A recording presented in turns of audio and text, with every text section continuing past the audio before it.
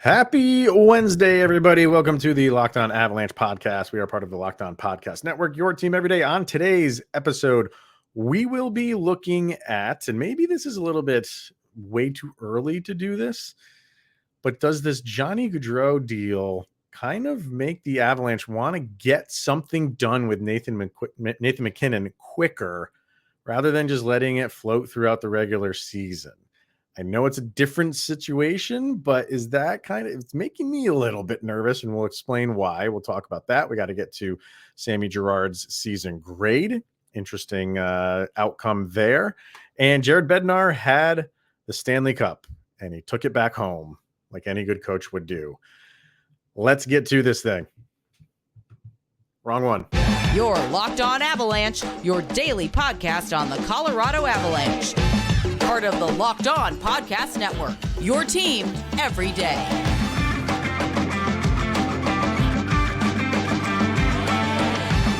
It's never too early to sign your superstars. And does the Johnny Gaudreau deal kind of make the Avalanche want to get this thing done now? We'll talk about that in a second, but welcome to the Locked On Avalanche podcast, everybody. We are part of the Locked On Podcast Network, your team every day. He is Mr. Shaggy Von Doom, Kyle Sullivan, and I am Chris Maselli. And thank you for making this your first listen of the day. Always appreciated. Follow the show on social media outlets, LOPN_Avalanche on Twitter, Locked On Avalanche on Instagram. Questions, comments, concerns, opinions, lockedonavalanche@gmail.com. And follow the show on our YouTube channel. Over on YouTube, hit subscribe, get notified when a new show goes live. All right, so I know there's going to be some people out there saying like, oh, it's not a big deal. They'll get Nathan MacKinnon signed, and I'm with you on that. I genuinely feel that he doesn't want to go anywhere. Happy right where he is. He's in a great situation, but this Johnny Hockey thing is really kind of messing with my mind, and it shouldn't be, because what he did is totally within his rights to do. He wanted to move back to the East Coast, closer to where he grew up, at least in some capacity. And it wasn't just like, I want to go to just this one team. He was, from what I understand, dealing with a couple teams, but they're all on the East Coast, and he was going to be happy. Just want to go back to the East Coast. I get that. And that happens for players typically kind of towards the end of their careers. You don't really see it where it's like it kind of where Johnny Gaudreau is with his career, wanting to do it now. Yeah. So he took a little bit less money. The money really wasn't an issue for me. I just want to go back home. And I was listening to 32 Thoughts, and Jeff Merrick said it. And this kind of really is what got me thinking. And he didn't say anything about Nathan MacKinnon specifically. He just said, if I'm a GM, I don't let my players like that get to free agency.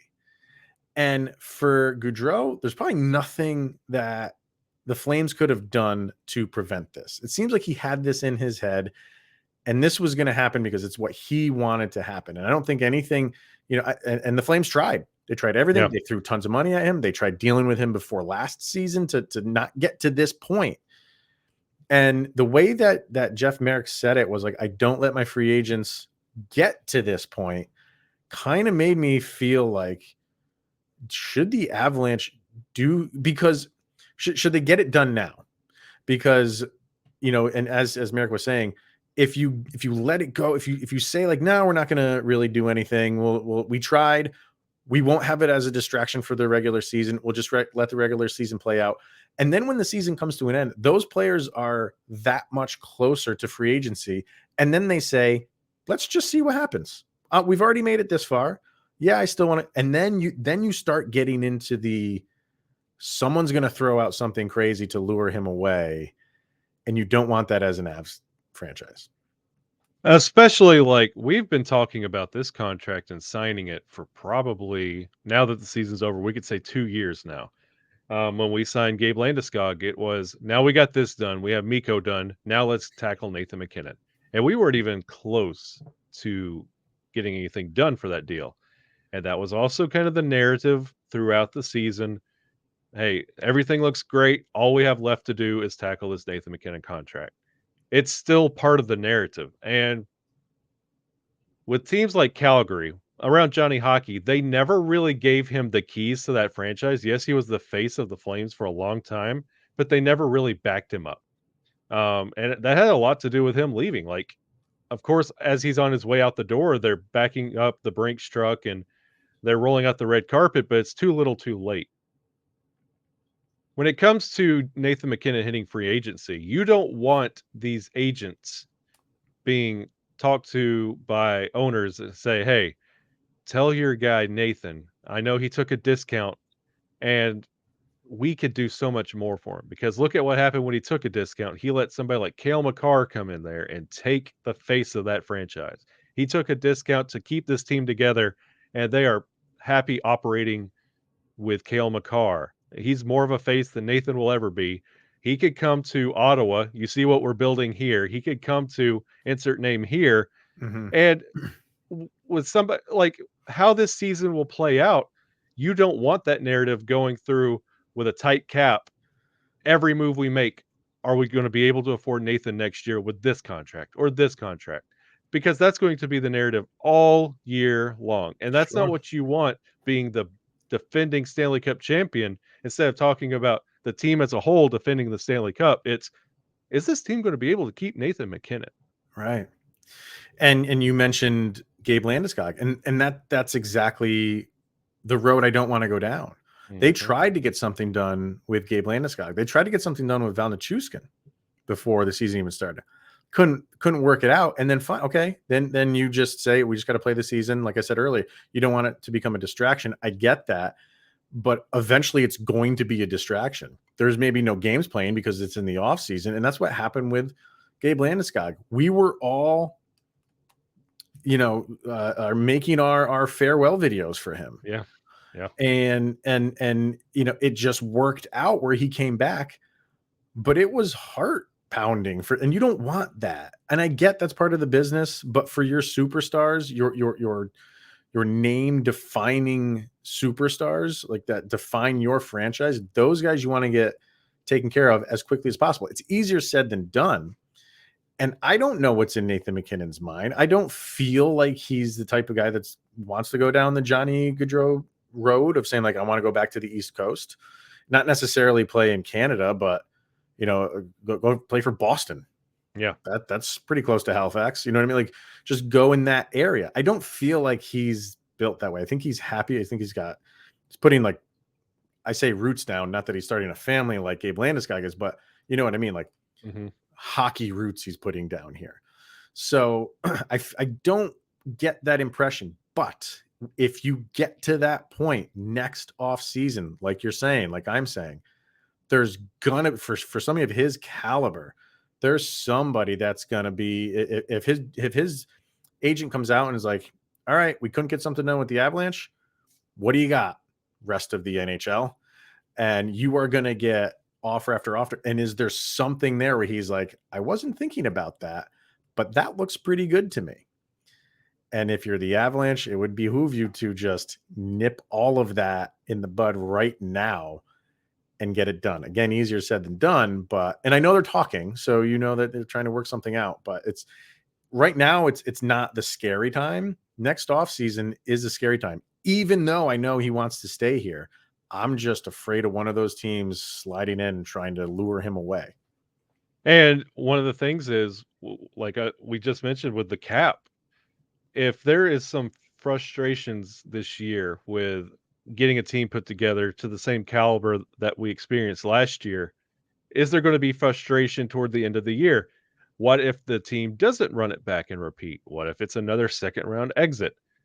Is there frustrations going into, if you allow this free agency talk to go all the way through the year?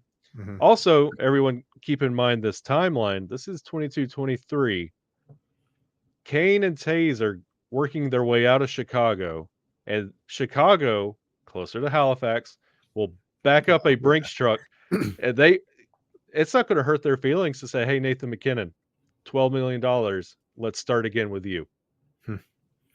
Well, let me ask you, it's you got loyalty versus, hey, Cale Makar's resurging. They just really paid for this Val Nichushkin guy. Like, do you really want to have another year of suspect goaltending And do you want to do this one more time, or do you want to come here? We'll give you the keys to a team full of history, and you can be part of this new era of Blackhawks hockey. Hmm. Like, loyalty goes so much, but if they're going to pay you $12-13 million a year, which Chicago is known for giving ugly, gaudy contracts, Right. I mean, it's Yeah. in their ear. Seeds of doubt. Well, let me ask you this, like, and this would be just for you. Imagine you, Mr. Shaggy Von Doom, are in the NHL. You just won a Stanley Cup with the Colorado Avalanche. You're going into you are replacing like Nathan MacKinnon. Like we're talking here, like you are in the situation Nathan MacKinnon is right now. You don't get a deal done going into this season, and next year you repeat. So you've now won back-to-back Stanley Cups. Where is your mind? Is your mind is like, I've accomplished everything I have set out to accomplish in Denver, or not even the Avalanche. Just say whatever team you're playing for. You just won back-to-back championships. Do you say, I'm going to continue to stay here and try to make this like the next Tampa Bay Lightning? Or do you say, I'm going to go, LeBron James, take my talents elsewhere and try to do it again somewhere else? I've never been of the mindset of wanting to leave somewhere you have established and found success to find it somewhere else. If you feel like I've accomplished everything, I've never understood that mindset because I just mentioned Kane and Taves. If you stay there throughout and you find success and you stay loyal to that team, if you have a down year, which Taves just had, you bought yourself a year where everybody's like, it's a down year. It's going to be okay. He's done so much for the team already. And it buys you, it's a get out of jail free card. Like if you go somewhere else, like Claude Giroux when he went to Florida because he wanted to go, somewhere kind of retire. That was a half a season and he's in Ottawa now. So you don't want to keep team jumping if you have a lot of talent and you've brought a team somewhere, because you're going to lose out and then you're going to spend the later half of your career jumping around trying to find what you had if you just stayed where you were. And in the era of players doing that, not necessarily in hockey so much, there's a little bit more loyalty in hockey. I feel like there's still free agents and they jump around, but it's not the NBA. No. You know what I mean? Yeah. So for a player to do that in any sport now, say I'm sticking with who drafted me and ride out a Derek Jeter 20-year career with one franchise, like that doesn't happen anymore. You're right. Like to me that means more. Yeah. So, but it's a different era, and sometimes guys have a different state of mind. And I'm not saying that's where Nathan MacKinnon is. I feel like he doesn't want to go anywhere, and they want to get it done. It's just as the season goes on, we get closer and closer to the end of next year. Those nerves for me are going to start creeping up. It's just going to happen. That's why I just want them to get it done with now, so we don't have a Johnny Gaudreau situation, because who knows how Nathan MacKinnon's going to feel in a year. Right now, he's saying like he wants to stay. Maybe he's not going to want to at the end of next year for whatever reason. Who the heck knows? And you wonder, Nathan MacKinnon, what he's thinking, seeing what happened to Matt Duchene, former line mate, feeling the same way. I want to go to a contender. I want to go somewhere else and find it. Nathan MacKinnon's got a cup. Matt Duchene's got a country career. Yeah. Like honestly, like he wanted his way out to find that. And Nathan MacKinnon sees where that mentality gets you. If you're looking and you're not building, that speaks a lot to the character of the player. And Nathan MacKinnon is a hockey robot. And just to wrap this up, I think the fact that MacKinnon did go through those down years speaks volumes. You know what I mean? It's not like he got to this franchise and they were always in the playoffs and always competing for a Stanley Cup. Like he's been through the mud with them, and now they've come out. You don't forget that stuff. You don't turn your back on that. So it'll just be interesting. I know the Kadri thing is kind of probably taking precedent right now because there is no real rush to get the MacKinnon thing done. Yeah, there you go.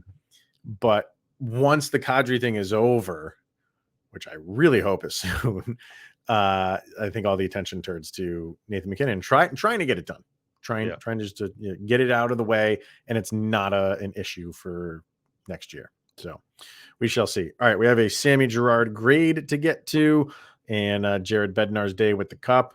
And Peter Ball was asked a question, which we are going to answer. He answered it on The Athletic, but we're going to take a stab at it too. But first, you have betonline.net. It's the fastest and easiest way to check in on all of your betting needs.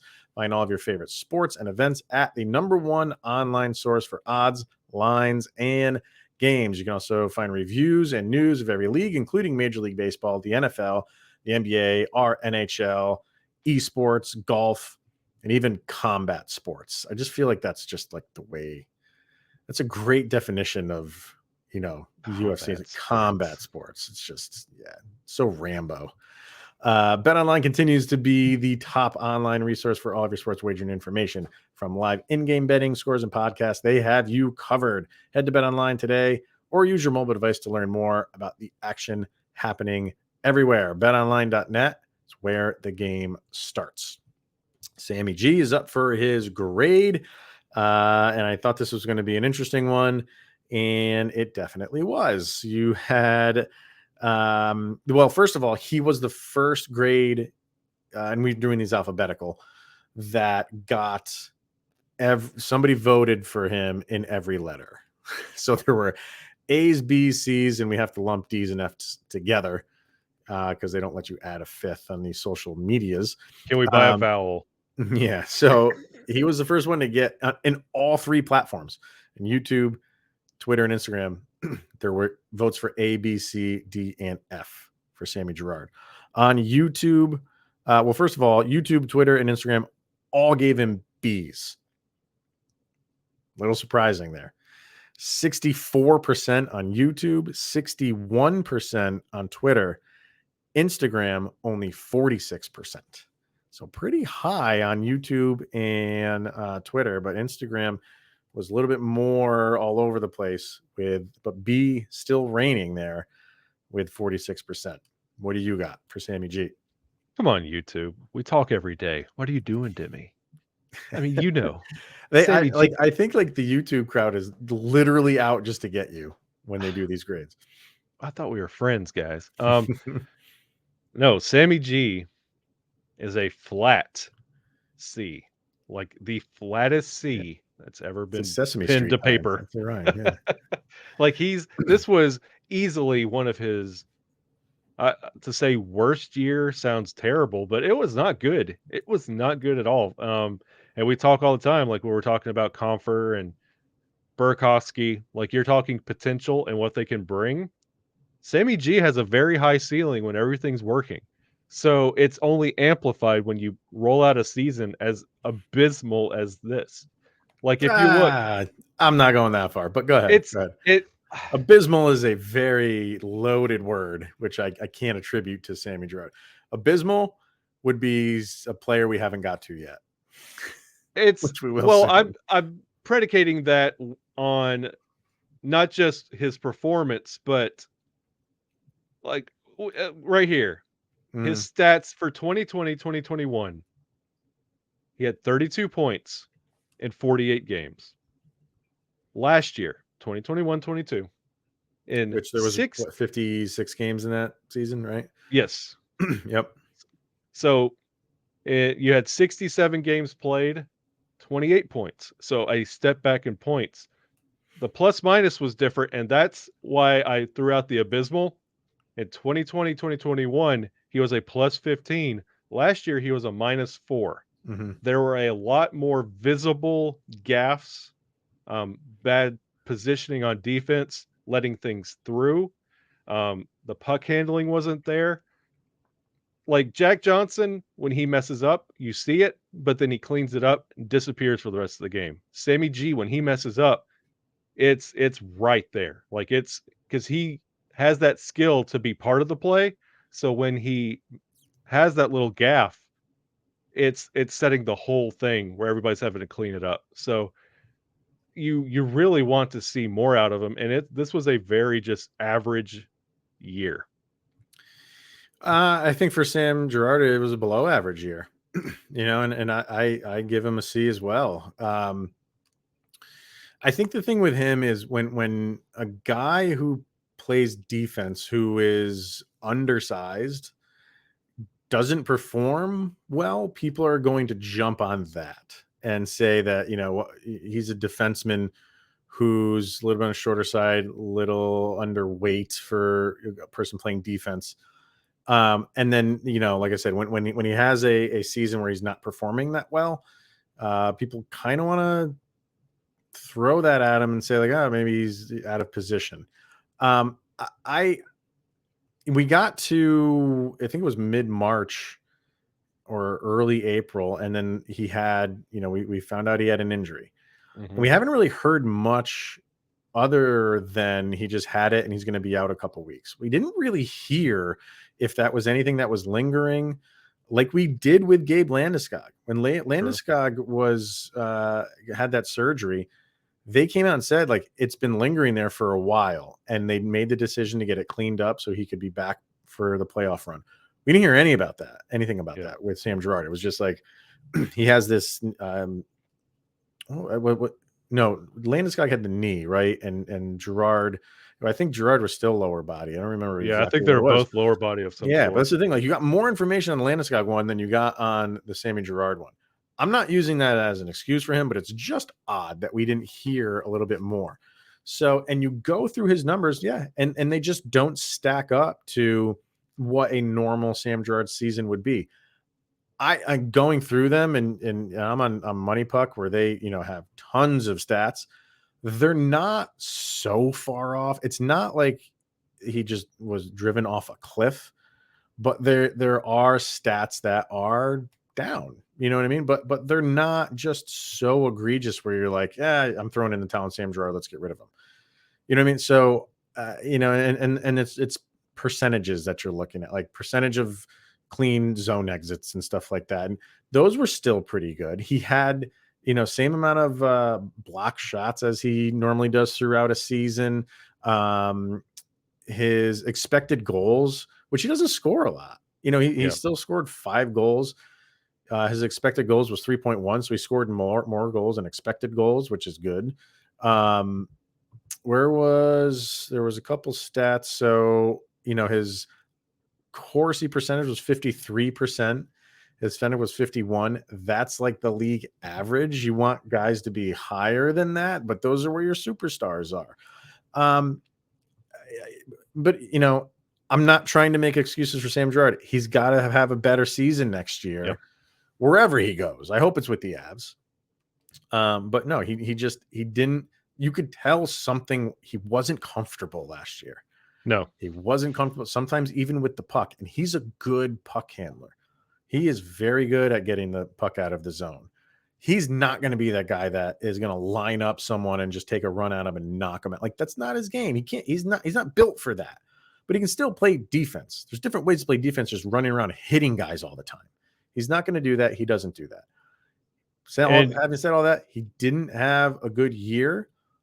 And I think, for me kind of like supporting him, I hope he's back, and I can kind of hope he proves some of these doubters wrong and have a bounce back year. And I think he can do that. Yeah, you could tell he wasn't comfortable, especially like if you look at that plus minus, like going to a -4 after a +15 year, and then the uptick in penalties, you could see he's not playing comfortably. Like, he's resorting, like that line is there's a leak and there's something wrong there, and he's not playing to his potential. And you saw that with the turnovers, the penalties, the plus minus. Like, it just wasn't a normal Sammy G year, which is why it stings a little bit, because he's always the lots or nod move. It's always a highlight, and you didn't see a lot of it.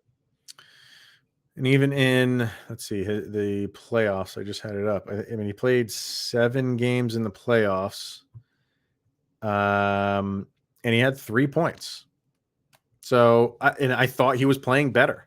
Like, and this was after he came back from surgery. Let me see, for the playoffs.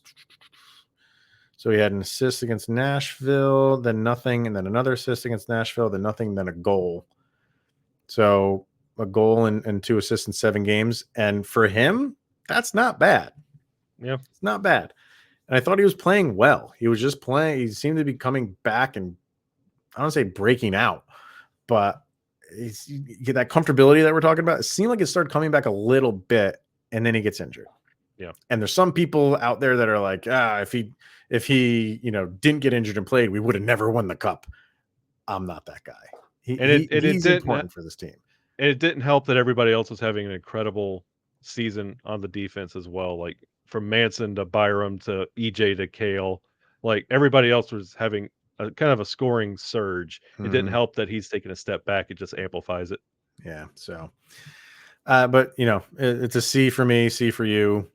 Twitter. I feel like the socials are just happy that the Avs won the cup and everyone's getting kind of an extra. They're grading on a curve, basically, is what they're doing. Next up will be Darren Helm. So we'll put that one up tomorrow. Yeah, that should be a good one to talk about as well. All right. Let's get to the question that was asked on the Athletic. There was a lot of questions asked on the Athletic, and if you don't pay for it, can be kind of expensive, but I think they do good work over there. Peter Ball does fantastic work covering the Avs. He did a big Q&A. And the very first one, I was like, that's an interesting question. I'm going to pose that to Mr. Shaggy Von Doom. And basically the short of it is how many they start talking about the retired numbers from the other two Stanley Cup championships that the Avs have. But for this season and mainly kind of like this roster, how many retired numbers are we going to get out of this group of players from the Avs to match those guys that are up in the rafters right now? Because we haven't had one in a little while, but you're getting the feeling that when these current guys are over and done with, we're going to be adding how many numbers to the Raptors and Ball Arena? 1. Oh, come on. No. Are you doing this for YouTube comments to just attack you? I can't protect you, bro. My hands are tied if you're just going to go that route. Well, it's easily out of this team right now. Mm-hmm. That number 8's getting retired. That's the one that you're going with? He's got hardware. He's got he just had it. So does other guys. Do you feel that Nathan MacKinnon and Gabe Landeskog are going to have an explosive year? Like this is just the beginning of Cale Makar. We're talking about retiring numbers, and we just spent the first half of the episode talking about Nathan MacKinnon and bringing him back and retaining him and what that's going to look like. Are we going to see what more are we going to see out of Gabe Landeskog? Is he going to set the world on fire anywhere? Is Nathan MacKinnon got one more year where he's going to push for the Hart? Not with Cale Makar on the team, who also will be pushing for the Hart in a couple of years. He could be.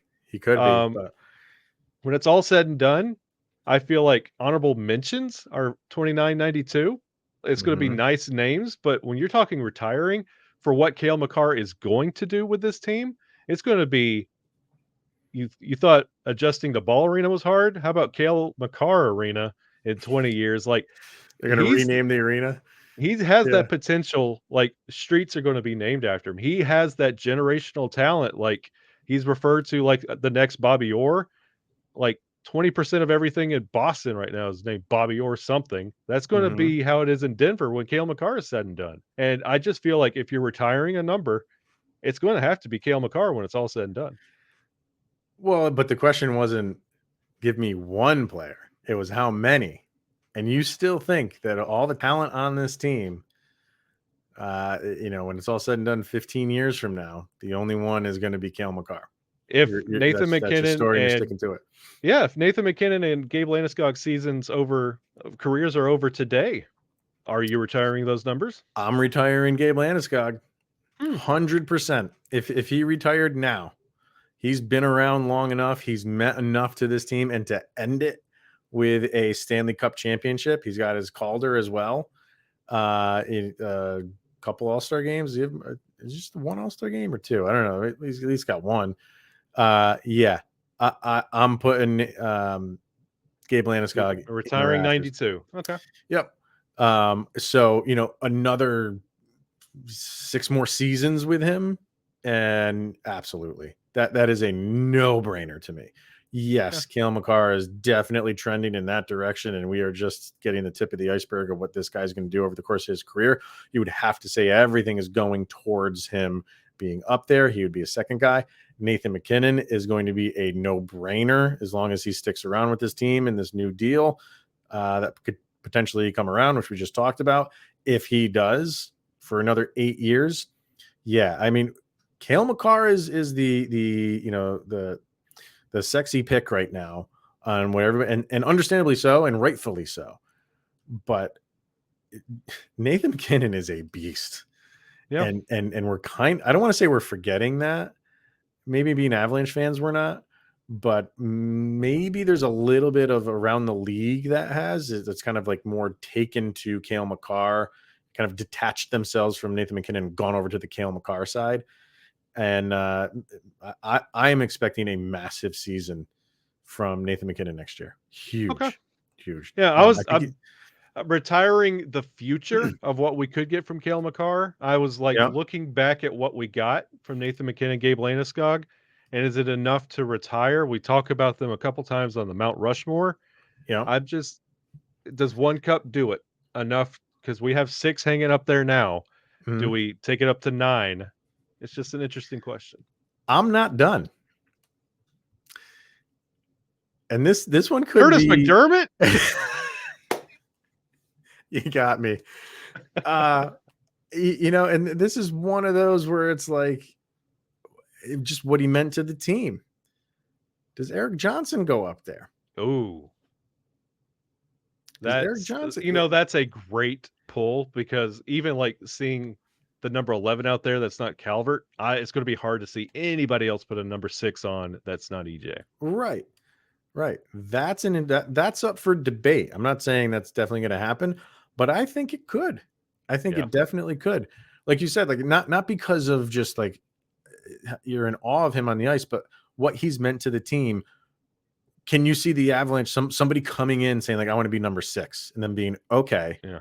No, that's a little, maybe not. What about Mikko Rantanen? Mikko Rantanen could get there by the end of his career. He's going to be up there with, take your pick. He's not going to be tops. He's going to be top 5 in a lot of categories for all-time Av stats. He's going to be up there. Yeah, you could easily see that 3-headed monster being retired altogether in one ceremony in like 10, 15 years. Mm-hmm. That's easy. It's the Cale is just honestly the easiest answer, depending on what happens. Yeah, I think like he took that number from Ozo. No, so like he's got the 8. Yeah, so he's already tackled one giant in the Avalanche. And I think going for a long shot, because he's so early in his career, Bo Byram is a potential. He is a potential guy that could be up there. So for me, you could have Makar, Landeskog, MacKinnon, EJ, Byram, Rantanen. You could have 6 possibly 6 guys collectively now that are playing for this team right now that in 20 years have added to the 6 names that are up there right now. We're gonna look like the Knicks retiring numbers. Yeah.